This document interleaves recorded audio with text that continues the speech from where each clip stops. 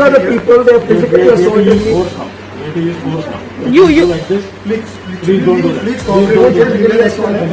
And this person assaulted me. I don't know his name. yeah, what is his name? Actually, Oh, आपका तो ये भी नहीं है. ये this is come on, 1 second. this is it. Okay, guys, everybody see this all over India. This is a man. He doesn't have a tag. Come on. He doesn't have a tag. आपको पूरे legal right. नमस्कार, मैं रिजवाना परवीन और आप देख रहे हैं न्याय टीवी। आज देश के प्रमुख वरिष्ठ वकीलों ने एड़ी चोटी का जोर लगा दिया, लेकिन फिर भी मुंबई हाई कोर्ट से अर्नब गोस्वामी के लिए जमानत नहीं मिल पाई।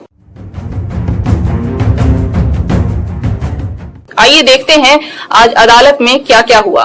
नामी गिरामी वकील हरीश साल्वे, आबाद पोंडा इत्यादि वकील अर्नब गोस्वामी के जमानत के लिए गिड़गिड़ाते रहे, लेकिन अदालत ने उनकी एक नहीं सुनी।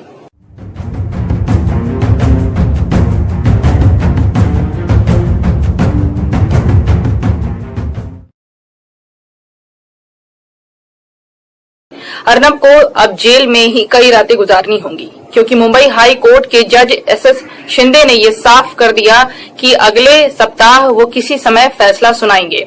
उन्होंने जमानत पर फैसला सुरक्षित रख लिया है। हालांकि उन्होंने ये आदेश दिया है कि यदि अर्नब गोस्वामी सेशन कोर्ट जाना चाहें तो वो आदेश पारित करते हैं कि सेशन कोर्ट 4 दिन के अंदर में जमानत पर सुनवाई करे। लेकिन ये बहुत साफ है कि सेशन कोर्ट भी अर्नब गोस्वामी को जमानत नहीं देने वाली है। सेशन कोर्ट में जमानत खारिज होने के बाद अर्नब गोस्वामी को वापस हाई कोर्ट की शरण में आना होगा और हाई कोर्ट भी उसे जमानत नहीं देगा, जिसके बाद कोर्ट ने उन्हें 14 दिनों के लिए न्यायिक रिमांड पर भेज दिया था। गिरफ्तार और रिमांड के खिलाफ उसने बॉम्बे हाईकोर्ट में याचिका दायर की है। शनिवार को आयोजित विशेष सुनवाई में जस्टिस एसएस शिंदे और एमएस कर्णिक की खंडपीठ ने अंतरिम राहत के लिए तत्काल आदेश पारित करने से इनकार कर दिया।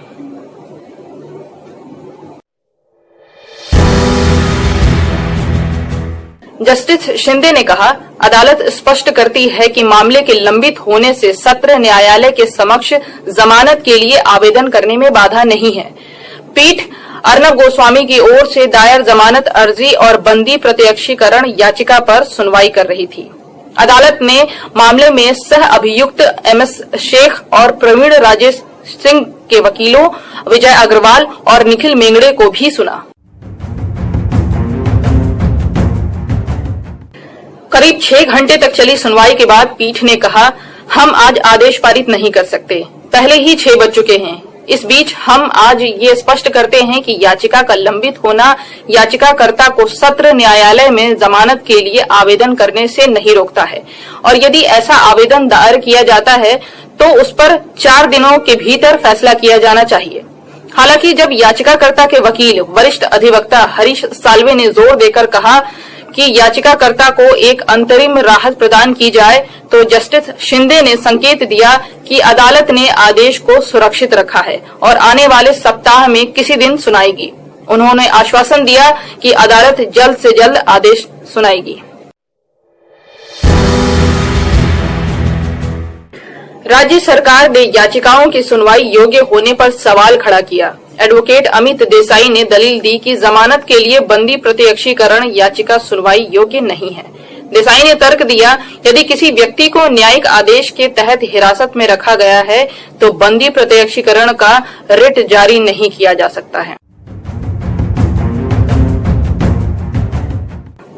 देसाई ने कहा, याचिका के पास वैकल्पिक कानूनी उपाय हैं। हम कानून में उपलब्ध उन उपायों के रास्ते में नहीं आ रहे हैं। उन्होंने कहा कि याचिकाकर्ता को मजिस्ट्रेट से नियमित जमानत की मांग करनी चाहिए। देसाई ने दलील दी, अर्नब गोस्वामी मजिस्ट्रेट के 4 नंबर के आदेश के तहत हिरासत में है। मजिस्ट्रेट के अधिकार क्षेत्र को चुनौती नहीं दी जाती है। न्यायिक आदेश होने के नाते ये विशेष याचिका जीवित नहीं रहेगी।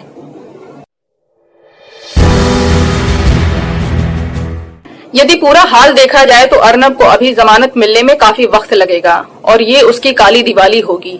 जहां तक पूरे देश में प्रदर्शन करने वाले लोगों का प्रश्न है, ये वो लोग हैं जो भारतीय जनता पार्टी के कार्यकर्ता हैं, और यदि उनकी रिहाई के लिए प्रदर्शन करते हैं तो ये कोर्ट की अवमानना होगी, क्योंकि कोर्ट के खिलाफ प्रदर्शन है ये। क्योंकि अब इसमें सरकार की भी कोई भूमिका नहीं रह गई है, महाराष्ट्र सरकार की भी कोई भूमिका नहीं रह गई है।